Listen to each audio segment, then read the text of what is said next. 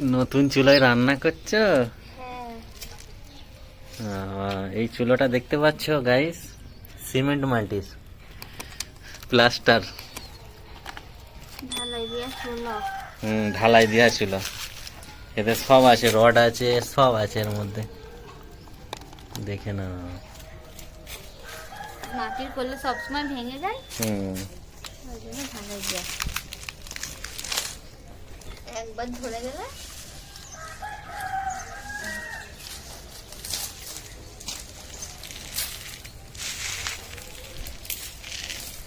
কিরে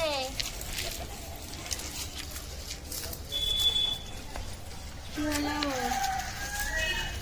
ফোন নেই তো, ফোন নিয়ে যাবি বলে।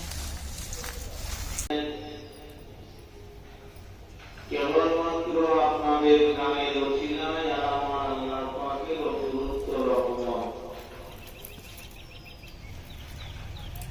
আজও পর্যন্ত মাদ্রাসাটি সে কমপ্লিট ভাবে পড়ে আসে না।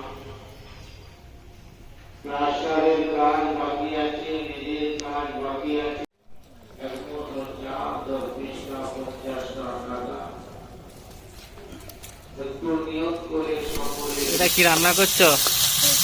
ঝিঙে শাক রান্না করছি। ঝিঙে শাক? একটা কথা জিজ্ঞাসা করবো, এই কড়াটা কোথা থেকে আনা হয়েছিল?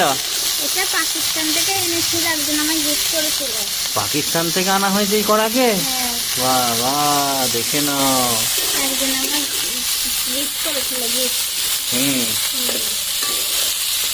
বিশাল ব্যাপার তো।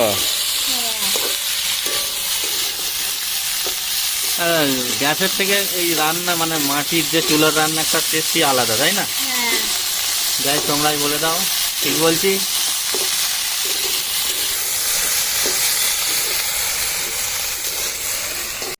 এই সাবাস, এটা দারুণ জিনিস। বেগুন পোড়া।